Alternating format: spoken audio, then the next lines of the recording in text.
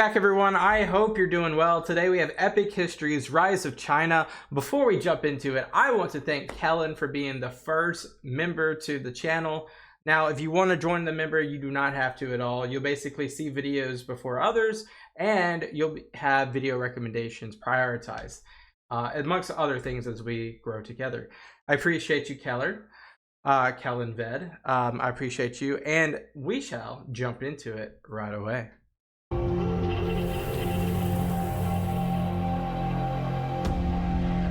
And I'll preface, I don't know much about China. I know little. And I mean, I know the simplistic things, but I know little about the history of China.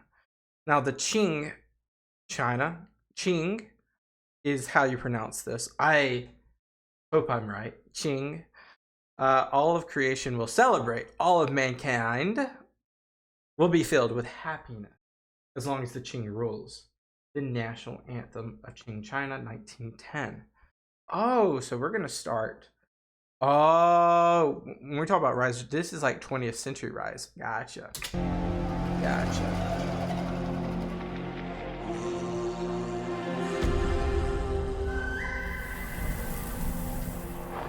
The Middle Kingdom. China, a cradle of world civilization. The land that invented printing, paper, and gunpowder. And under successive dynasties, the center of a vast empire that stretched from the Pacific Ocean to the Himalayas, and from the eastern steppe to the tropical South China Sea. You gotta imagine, they have grown since the start of their country. They have grown. The Chinese call it Zhonggua, the central state or middle kingdom. Zhonggua. Got it. And for more than 2,000 years, its emperors claimed a divine mandate to rule over Tianxia, all under heaven. Oh. Since 1644, this great empire has been ruled by the Qing Dynasty. Since when? This under heaven. Since 1644. Okay, so if it's 1910 in the beginning of this video, a good 300 almost years. This great empire has been ruled by the Qing Dynasty.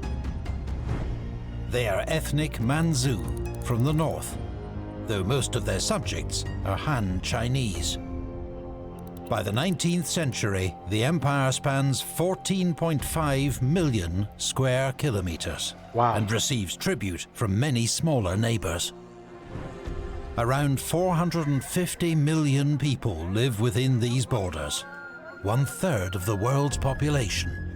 It is also estimated that China accounts for 1/3 of the world's wealth. Wow. And I wonder if that's GDP or if that's natural resources or a combination. The imperial capital, Peking, and major hubs such as Nanking and Canton are among the greatest cities in the world.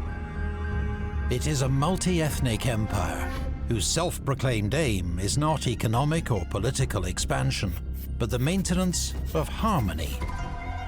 A worldview that derives from Confucius. Is Confucianism too. It's a religion. Sage of the 6th century BC. His teachings have governed society in both public and private realms for 2,000 years. Wow. Fundamental values, such as reverence for parents and ancestors, loyalty and benevolence, seek to create an orderly and harmonious society. It is also one that is rigidly conservative. Young men from well-to-do families spend years studying the Confucian classics in preparation for the Imperial civil service exam. Oh. This is the only route to the higher levels of the Qing administration. So you have to be well studied. But governed by scholarly bureaucrats and an emperor who is both revered and feared, China is failing to keep up with a rapidly changing world. Yeah, around this time, there's a lot of colonialism happening, a lot of mercantile trade, I'm guessing that's what he's referencing. For the time being, foreign merchants are restricted to the southern port of Canton. Such splendid isolation will... Isn't this where, how much, well, ugh, I'm just word vomiting. In this screen grab right here, there's Macau, there's Hong Kong, I believe, right? So, and those are the foreign ports that has to play along with this. So Canton, I'm going to back it up to, really, I might be going a little slower in these videos than like the European videos just because less context. So Canton, port city, South China, still China. Southern port of Canton. Such splendid isolation will prove impossible to sustain. Oh, I love that. We have only one thing to learn from the barbarians. It's crazy because when you hear barbarians, you have like a connotation of what it means, but then you realize that it's a universal word suggesting outsider. And that is strong ships and effective guns. Probably referencing European powers such as the Dutch, such as Britain.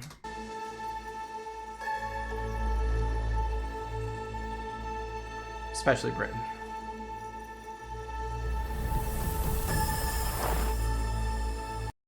So about a 50, 60 year century of humiliation is an era. Okay. In what context? 1839 marks the beginning of China's century of humiliation. Interesting. For years, British merchants had been smuggling opium from India into China. Yeah. A vastly lucrative trade. The consequences for China are an addiction epidemic. Horrible. But when Qing officials seize and destroy large quantities of the drug in Canton, the British react with force. I'm looking at you, Britons. This is horrible. It was horrible. God. A little bit of context here I have with like how they basically got a lot of the Chinese addicted to opium. And then, of course, as you guys see, this happened. And then, instead of any reasonable response, they went full war. Oh, man. I don't even know what to say, but it's just horrible. Using superior naval technology, the British quickly overpower the antiquated Chinese fleet. The Chinese are forced to sign the Treaty of Nanking, the first of what will later be called the Unequal Treaties. The treaty grants special rights to the British, opening 5 ports to British merchants and ceding the territory of Hong Kong, which will soon go back to the Chinese. I'm not sure if it's 2042 or they moved it up, but it was supposed to go in the next decade or so back to China. A second Opium War soon extends similar advantages to France and the USA. Of course. The Russian Empire further exploits Chinese weakness to seize territory in the northeast. While a horrifying civil war, the Taiping Rebellion, devastates South and Central China for 14 years. Wow. There's a lot going on. A lot of suffering, especially for a very populated country. The death toll is estimated at 40 million, making it one of the bloodiest conflicts in history. Jeez. I'm not sure. I can't remember off the top of my head, like World War I and World War II. But that's up there, World War I. It's got to be. While China suffers, her enemies grow stronger. In 1895, a newly modernized Japan, long seen as inferior to China, Imperial, easily defeats the Qing Navy and wins territorial concessions of its own. Wow. Westerners mock China as the sick man of Asia. a giant fallen prey to the imperialism of foreign powers, better adapted to life in the modern world. And trust me, there's a ton of racism in all of this too, from the west to the east, and it's obvious. It's really the isolation really submits this too, when there's powers that don't talk to each other, don't reason with each other, don't humanize each other. It creates more divide than anything else. But by the turn of the 20th century, there is a growing sense of outrage among the Chinese people. And a determination to fight back. They're tired of getting pushed around.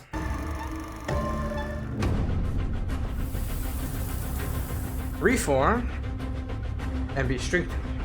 Guard the old and die. Basically, you gotta adapt.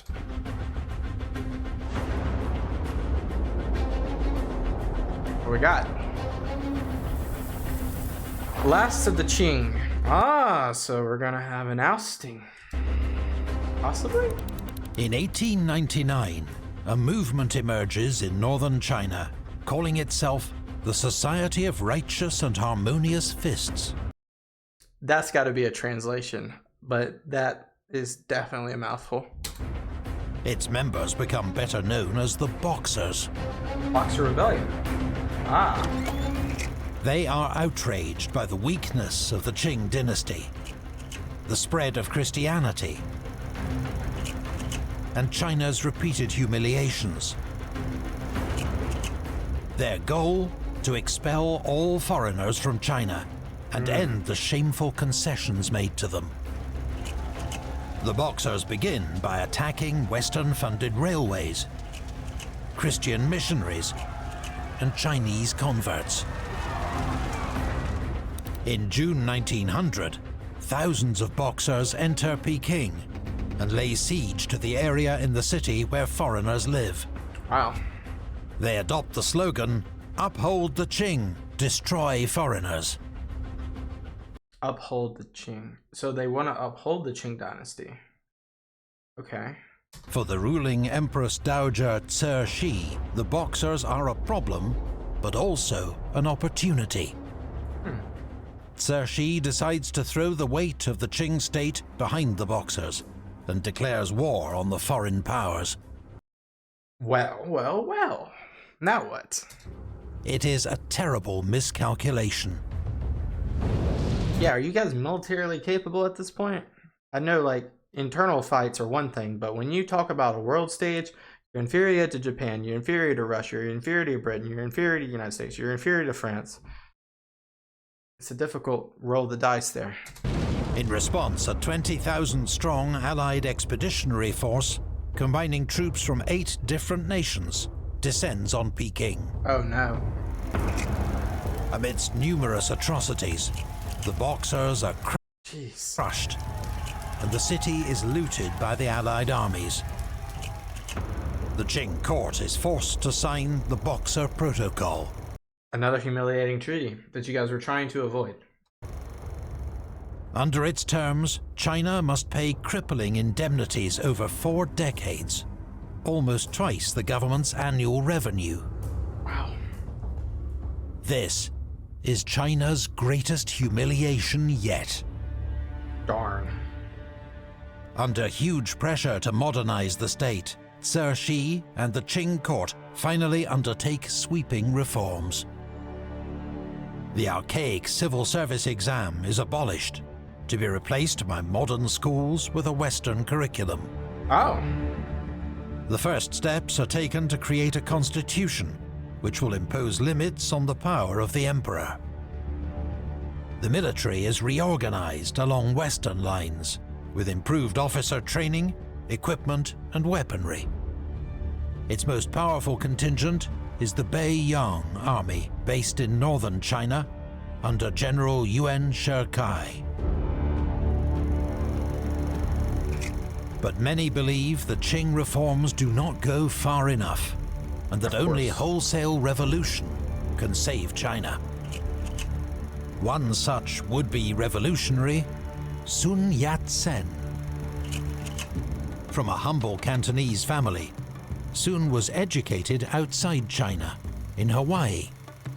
He is very different from China's old Confucian elite. A Christian convert, Sun speaks fluent English, but struggles with classical Chinese.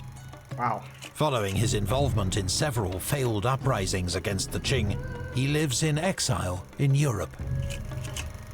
In 1905, Sun travels to Japan. In Tokyo, he founds the Tongmanghui, a revolutionary alliance whose goal is to overthrow Manchu rule and replace the Qing monarchy with a democratic republic. He advocates the three principles of nationalism, democracy, and the people's livelihood. Not bad tenets.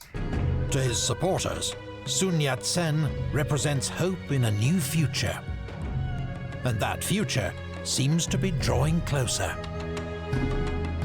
In 1908, after a turbulent 47-year reign, Empress Dowager Cixi dies at the age of 72. Okay, so we got a power vacuum, unless this is just a hereditary monarchy.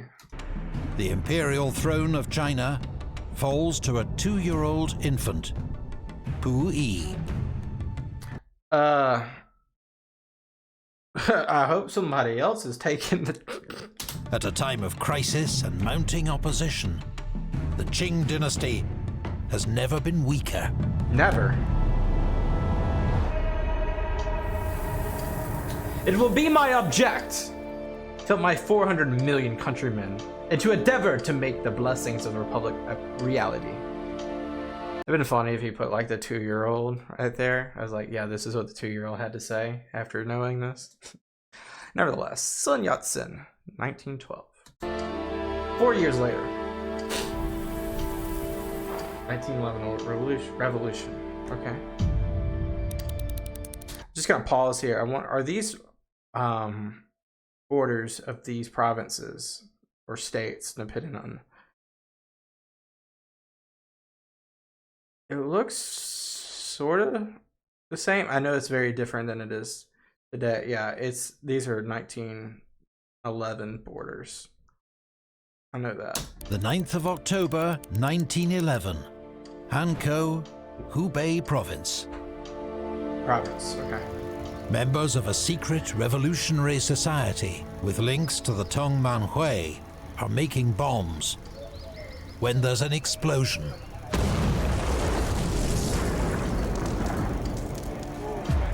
Their cover blown. The authorities arrest and later execute several of the group's leaders. But it only pours fuel on the fire. An uprising breaks out in the neighboring city of Wuchang. Crucially, soldiers of Hubei province's new army are persuaded to mutiny and join the revolt. After 24 hours of fierce fighting, claiming hundreds of lives, Wuchang falls to the revolutionaries. That's different. On the 12th of October, a new military government claims authority in the province. Oh. It publicly denounces the crimes of the Qing Dynasty and calls on other provinces to join it in overthrowing the monarchy. The revolution spreads like wildfire, mostly in cities and towns where there is deep-seated resentment against Qing rule.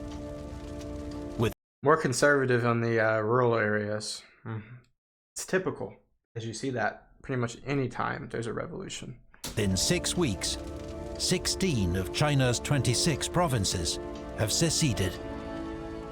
In many areas, such as Shanxi, the ruling Manchu are targeted and massacred. Panic grips the Qing court in Peking. General Yuan Shikai of the Beiyang army is summoned to crush the revolutionaries. China is soon in a state of open civil war between Yuan's forces in the north and the rebels in the south. In the chaos of war and revolution, both Tibet and Outer Mongolia declare their independence from China. On the 1st of January 1912, in Nanking, the rebels proclaim the establishment of the Republic of China. Sun Yat-sen, who has just returned to China from the USA, is sworn in as its provisional president. Interesting. Very interesting. I'm wondering why this guy right here was chosen. I'm guessing because of his diplomacy opportunities, because he's been around, because I don't know. That's what I'm thinking. Returned to China from the USA, is sworn in as its provisional president. After years of exile, fundraising and plotting, Sun has finally secured political power. His government immediately begins work on a new democratic constitution and passes far-reaching reforms. Archaic practices are abolished, such as growing queues, the long hair that symbolizes submission to the manzu, as well as foot binding and kowtowing. Might be good that things, maybe I'm just, As well, it's just not for me, but might be good some of these things are being abolished or being sunsetted, you know? Doesn't look healthy. Just doesn't look healthy. as foot binding and kowtowing. In the new multi-ethnic Chinese Republic, all will be equal. Its flag will have 5 colors for 5 races under one union: Han, Manzu, Mongol, Muslim, and Tibetan. But for now, the Republic only occupies the southern half of China, and the success of the revolution remains far from certain. So, to unite China and secure the future of the Republic, Sun Yat-sen makes a shock offer to General Yuan Shikai. If he can persuade the Qing Imperial family to abdicate, he can be president. Yuan accepts and informs the Imperial family that only by giving up the throne can their lives and comfort be guaranteed. But wouldn't this be just create a military dictator? On the 12th of February 1912, 6-year-old Emperor Pu-yi abdicates. You mean his caregivers say, all right, yeah, this guy's not going to be emperor no more. Though for now, he and his court continue to live in Peking's palace complex, the Forbidden City. More than 2,000 years of imperial rule in China are at an end. Wow. In its place, the only major republic in Asia. 3 days later, General Yuan Shikai becomes provisional president of the Republic of China. Hey, they kept their promise. But almost immediately, the revolutionaries fall out with the new president, whose personal ambition is all too clear. Let me guess, he becomes a military dictator. Now in opposition, Sun Yat-sen and his allies establish the Kuomintang, or KMT, an evolution of the Tongmanhui. Elections are held at the end of the year, the first nationwide democratic elections ever held in China, though only around 5% of the population are allowed to vote. The Kuomintang win convincingly, taking nearly half the seats in the new National Assembly. Kuomintang leader Song Jiaorun, a close ally of Sun Yat-sen, is all but guaranteed to become the next prime minister. So it went from president to prime minister, or is there a prime minister and a president? 20th of March 1913, as he is boarding a train in Shanghai, he is shot twice at close range. Wow. No conclusive evidence is ever found. It's a cold case? Wow. But it's widely believed the assassination was carried out on President Yuan's orders. China's first democratic elections will prove to be its last. The next year, rivalry between the Kuomintang and President Yuan's government explodes once more into armed conflict. But Yuan's Beiyang army is too strong. The Kuomintang and its supporters are defeated. The party is outlawed, and Sun Yat-sen returns to exile in Japan. Yuan Shikai has successfully grabbed power for himself. China is now, in effect, a military dictatorship. But the president is unable to solve any of the problems he's inherited from the Qing Empire. Wait, you're telling me this military guy who basically was opportunistic really doesn't have much political know-how? What? He dies of natural causes just 3 years later. Okay. And China slides back into chaos. Oh, was there not an heir?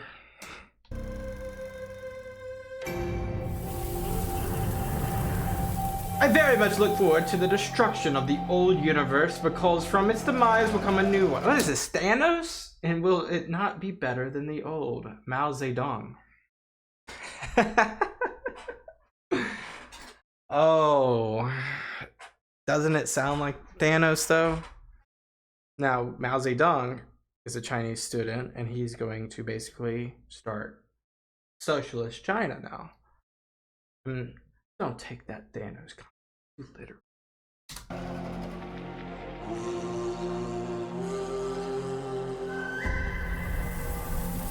New culture movement.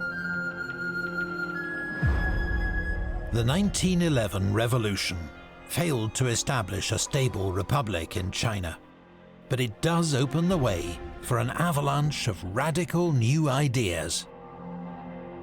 Across China, young intellectuals are increasingly convinced that only a total break with China's past can secure its future.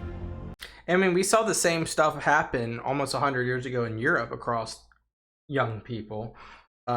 Intellectual liberalism became the topic of the day that created these revolutions in 1830s, etc. So it looks like there's a parallel here. Their ideas crystallize in the new culture movement. Chun Du-Xiu is one of its most prominent leaders. From a wealthy family, Chun had been immersed in classical Chinese teaching from a young age, but later turned his back on Confucian thought. In 1915, he founded the magazine New Youth, which became home to the most important radical writers in China. As a young professor at Peking University, Chun gathered like-minded intellectuals around him, such as Hu Shi, who calls for traditional Chinese characters to be replaced by Baihua, which better represents spoken Chinese. Ah, my hand writes what my mouth speaks. Interesting. Among their students, So is this the difference between traditional and simplified Mandarin? a young man from rural Hunan province named Mao Zedong. Chun Du-Xiu and the New Culture movement argue for a complete rejection of Confucianism. In its place, they want democracy, science, Chinese nationalism, and radical social change, including female emancipation and greater gender equality. Wow. They will soon have their chance to take these ideas to the nation. In 1919, World War I's victorious powers are meeting in Paris to agree the post-war settlement. During the war, China had sided with the Allies, And you get a seat at the table if you side with the Allies. and sent 140,000 men to serve as laborers on the Western Front. In recognition of this contribution, the Chinese expected to regain control of Germany's territory in Shandong. Yeah. But now, news arrives that this colony has instead been awarded to Japan. Huh? Now how that makes sense? How that makes sense? The response in China is outrage. On the 4th of May, 3,000 angry students take to the streets of Peking. They gather at Tiananmen, the entrance gate to the Forbidden City. Inspired by the New Culture movement, Their placards in Chinese, English and French call for Mr. Democracy and Mr. Science. Protests spread across the country, uniting students and workers against the government and the Western powers, who are seen to have betrayed China yet again. The protests achieve little in the short term, but will come to be seen as a watershed in China's march towards a modern, nationalist future. Many protesters are now disillusioned with Western liberal democracies. Some turn to Marxism, inspired by the success of the 1917 revolution in Russia. Yeah, that's happening at the very same time, you know. This is 1718. This just started now. The revolution's going to have a few more years before it's cemented, and maybe it's PR'd everywhere, but the beginnings of Marxism probably is already PR'd places. Which seems to offer a model for total national transformation. Yeah? Among these converts, the 25-year-old Mao Zedong. He writes, "I venture to make a singular assertion. One day, the reform of the Chinese people will be more profound than that of any other people. And the society of the Chinese people will be more radiant than any other people. Our golden age, our age of glory and splendor, lies before us." Powerful. In July 1921, the founding Congress of the Chinese Communist Party takes place in the French concession in Shanghai. There are just 13 members present, who meet in secret. Disrupted by French police, the group moves to a pleasure boat on South Lake. Mao Zedong is a founding member. The first General Secretary is Chun Duxiu. Despite their tiny numbers, they are determined to seize control of China's revolution. Just 13 little people? And 1 billion people? 13 is so little compared to the amount of people in China. Now, there is a lot of probably like angst, so they have a lot of fuel that they can play with. But just, it's just crazy. Just the numbers are so big against them. And I know how this is going to turn out. It's just insane. The underdog story is insane here.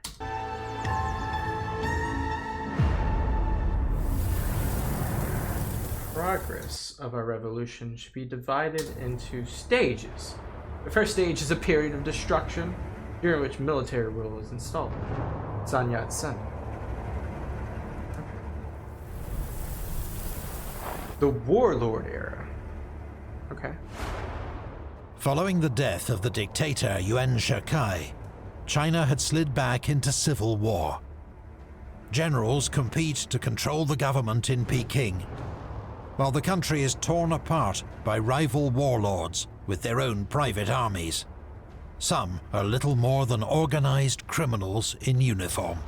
We've seen that before. The most prominent groups are the Zhili clique, the Anhui clique, and the Feng Tian clique, each named after their provincial power base. By 1921, Sun Yat-sen's Kuomintang has established a military government of its own in Canton. Both the Kuomintang and communists realize they can only obtain power if they first defeat the warlords. Both believe they can use the other to reach their goal. In 1923, with the Soviet Union's backing, the Chinese Communist Party allies itself with the Kuomintang. Wow. In a pact known as the First United Front. Chinese communists are urged to join the Kuomintang, which is itself transformed with the help of Soviet advisors, funds and arms. Soviet advisors also helped to set up a military academy on Huangpu Island. It will be run by Sun's chief military advisor, a rising star named Chiang Kai-shek. Chiang Kai-shek. Okay. His aim is to mold the Kuomintang army into a disciplined and effective fighting force. But just months later, while visiting the north to negotiate with the warlords, Sun Yat-sen falls ill. On the 12th of March 1925, he dies from cancer in Peking, aged 58. Okay, so now there's a power vacuum in this. His last words: peace, struggle, save China. Sun's death leaves the Kuomintang in disarray, and China at a crossroads. The only certainty seems to be further civil war. For Sun's loyal lieutenant, however, the road ahead is clear. On hearing news of Sun Yat-sen's death, Chiang Kai-shek tells his wife, "If I control the army, I will have the power to control the country. It is my road to leadership." Oh. Ambition. In Peking, the Forbidden City lies empty. The last emperor, Pu Yi, had been evicted by a local warlord and left to seek Japanese protection. Whoever is to lead China now will face enormous challenges. Fragile alliances, a fragmented country, and powerful neighbors that seek to plunge China back into an age of humiliation. That's crazy, isn't it? You don't have that internal struggle. You just have that and other external struggles. Dang.